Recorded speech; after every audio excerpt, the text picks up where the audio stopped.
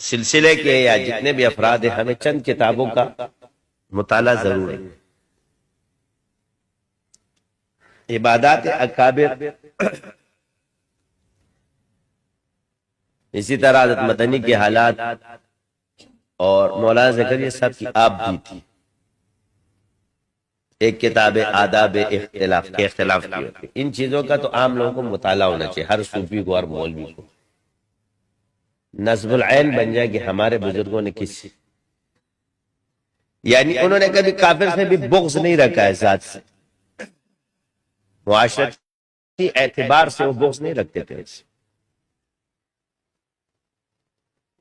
جہاں معاشرتی اعتبار سے کفار سے ملے، میں ان اولیاء کی زندگی پڑھ کر حیران ہوں تو حضور کا کیا عالم ہوگا، صحابہ کا کیا عالم ہوگا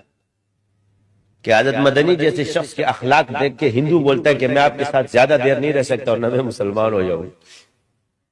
تو یہ تو اولیاء کے حالات ہیں، آپ اس سے نسبت اندازہ لگاؤ کہ